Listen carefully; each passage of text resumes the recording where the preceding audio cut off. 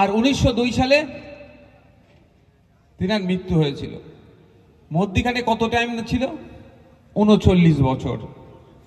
এই 39 বছর বয়সে স্বামী বিবেকানন্দজি সমাজের জন্য, অবশ্যই তিনি একজন হিন্দু ধর্মগুরু ছিলেন, তিনি দার্শনিক ছিলেন, তিনি লেখক ছিলেন,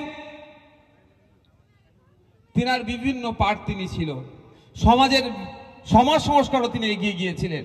সেই জন্য তিনি ধর্মচারণ যেভাবে রামকৃষ্ণ মঠকে তৈরি করেছিলেন, ঠিক সাথে সাথে তিনি সামাজিক কাজ করার জন্য, শিক্ষার জন্য, দাতব্য পরিষেবা দেওয়ার জন্য তিনি রামকৃষ্ণ মিশনও তৈরি করলেন।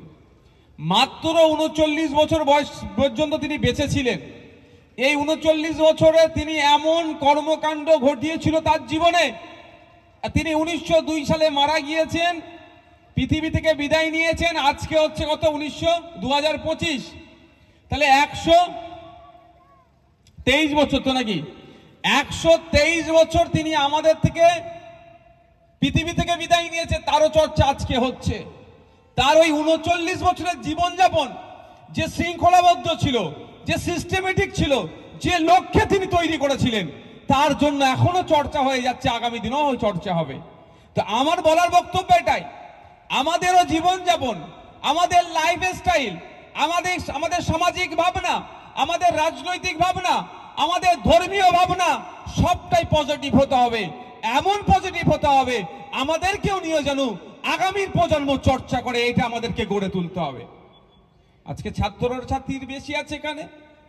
ছাত্রছাত্রীদের উদ্দেশ্যে আমার বার্তা এটাই যে